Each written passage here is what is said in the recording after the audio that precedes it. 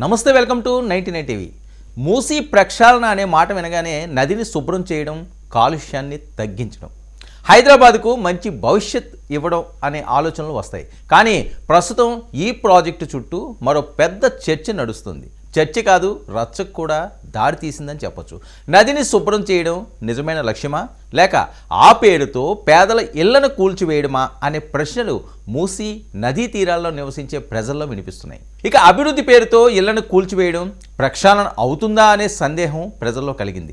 నోటీసులు ఇవ్వడం, బుల్డోజర్ల హెచ్చరికలు రావడం, కానీ పునరావాసం గురించి స్పష్టత లేకపోవడం వల్ల మూసీ పరిసర ప్రాంతాల్లో నివసించే పేద కుటుంబాలు తీవ్ర భయాందోళనకు గురవుతున్నాయి. చాలామందికి వారి ఇల్లు తప్ప మరో ఆస్తి లేదు. అలాంటి వారికి ఇల్లు కోల్పోవడం అంటే జీవితం కోల్పోయినట్టే అవుతుంది.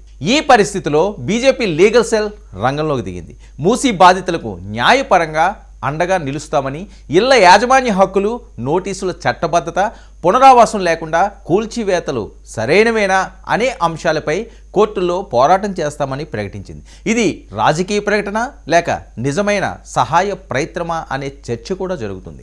అయినా ఇళ్లను కోల్పోయే ప్రమాదంలో ఉన్న ప్రజలకు ఇది కొంత ధైర్యాన్ని ఇచ్చిందని చెప్పాలి. ఇక ప్రక్షాళన కావాలి, కానీ ప్రజలను రోడ్డును పడేసే కాదు అనేది బీజేపీ లీగల్ సెల్ ప్రధాన వాదన. నదిని కాపాడాలంటే ప్రజలతో మాట్లాడాలన్నారు. వారి భవిష్యత్తుకు భరోసా ఇవ్వాలి అనే అభిప్రాయం వారు వ్యక్తం చేస్తున్నారు. ప్రభుత్వం దగ్గర స్పష్టమైన ప్రణాళిక ఉందా, లేక బుల్డోజర్లే పరిష్కారమా అనే ప్రశ్నలు కూడా వారు లేవనెత్తుతున్నారు. ఇక బీజేపీ మరో ఆరోపణ కూడా చేసింది.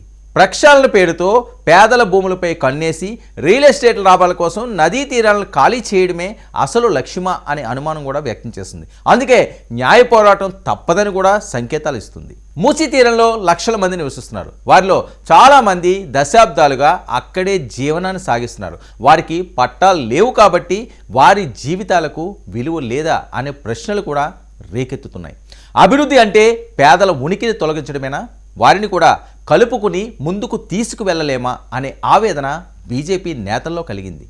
ఇక మూసీ ప్రక్షాళన సమయంలో ప్రభుత్వం ఇచ్చిన నోటీసులకు బీజేపీ లీగల్ సెల్ భరోసాతో ముందుకు రావడం మూసీ పరివాహక ప్రజలకు ధైర్యాన్ని ఇచ్చిందని చెప్పొచ్చు.